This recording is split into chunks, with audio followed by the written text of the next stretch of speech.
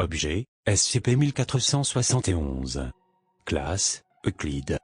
Procédure de confinement spéciale. Tout appareil mobile possédant une instance de SCP-1471 doit être confisqué et analysé afin de trouver d'autres appareils potentiellement concernés. Après cela, tous les appareils infectés doivent avoir leur batterie retirée, recevoir une désignation, exemple SCP-1471-, et être placés dans l'unité de stockage 91 du complexe de recherche 45. Tous les magasins d'applications en ligne pour appareils mobiles doivent être surveillés pour éviter toute vente involontaire de SCP-1471. Les appareils suspectés d'infection doivent être attaqués et désactivés par un malware dédié et autonome, jusqu'à ce qu'ils puissent être saisis par les agents de terrain.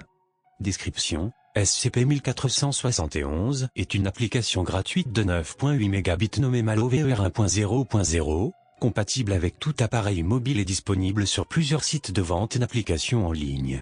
SCP-1471 ne possède pas de développeur attitré et arrive systématiquement à éviter la phase de validation de l'application, se retrouvant directement en vente. SCP-1471 est aussi capable d'éviter sa suppression par un gestionnaire d'applications. Après que SCP-1471 eut été installé, aucune icône ou raccourci n'est créé pour cette application. SCP-1471 va ensuite commencer à envoyer différentes images via la messagerie toutes les 3 à 6 heures. Toutes les images contiendront alors SCP-1471-A, que ce soit en premier ou en arrière-plan. SCP-1471-A apparaît comme une large tête humanoïde ayant un crâne ressemblant à celui d'un animal canin et des cheveux noirs. Pendant les premières 24 heures suivant l'installation de SCP-1471, l'appareil mobile recevra des images prises dans des lieux souvent fréquentés par son propriétaire.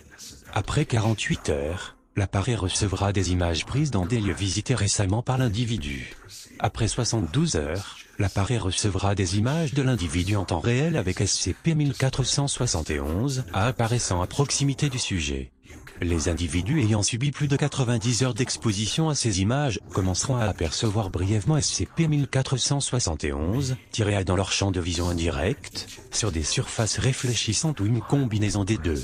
Une exposition continue à SCP-1471 passé cette étape causera de manière irréversible des visions prolongées de SCP-1471 - les individus arrivés à ce stade ont signalé des tentatives périodiques de SCP-1471 - A pour communiquer visuellement avec eux, mais sans arriver à comprendre ou saisir ces actions. Actuellement, le seul traitement connu pour inverser les effets de SCP-1471 est d'empêcher la visualisation de ces images aux individus pendant les 90 heures suivant l'installation. À ce jour, aucune activité hostile n'a été signalée concernant SCP-1471-A.